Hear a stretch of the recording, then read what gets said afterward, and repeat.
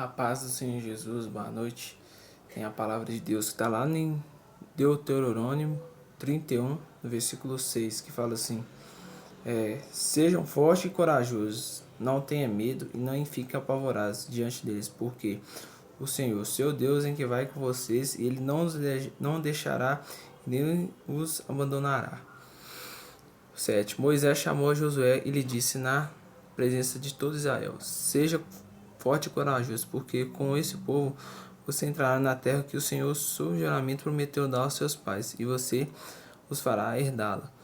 8. Só o Senhor é quem irá à sua frente. Ele estará com você e não deixará e nem o abandonará. Não tenha medo e nem fique assustado. 9. Moisés escreveu essa lei, que sacerdotes filhos de Levi, que levaram a arca da aliança do Senhor, e todos os anciãos de Israel.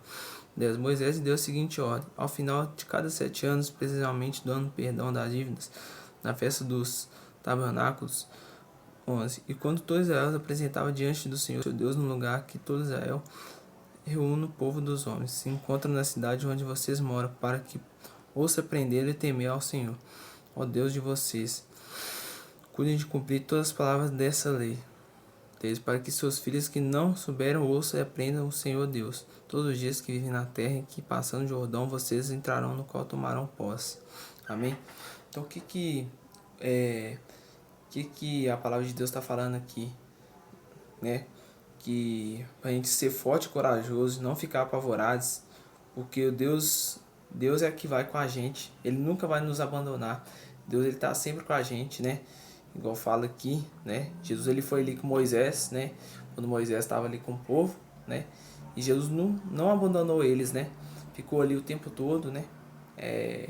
Seguindo ali o caminho. E Deus, ele nunca vai te abandonar, ele vai estar sempre com você, ele vai estar sempre cuidando de você, né? E Deus, ele está no controle de tudo da nossa vida, ele sabe de todas as coisas, né? Deus, ele cuida de cada detalhe da nossa vida, né? E que essa palavra ela possa, né, tocar o seu coração, e que o Espírito Santo ele venha tocar o seu coração nesse momento, né?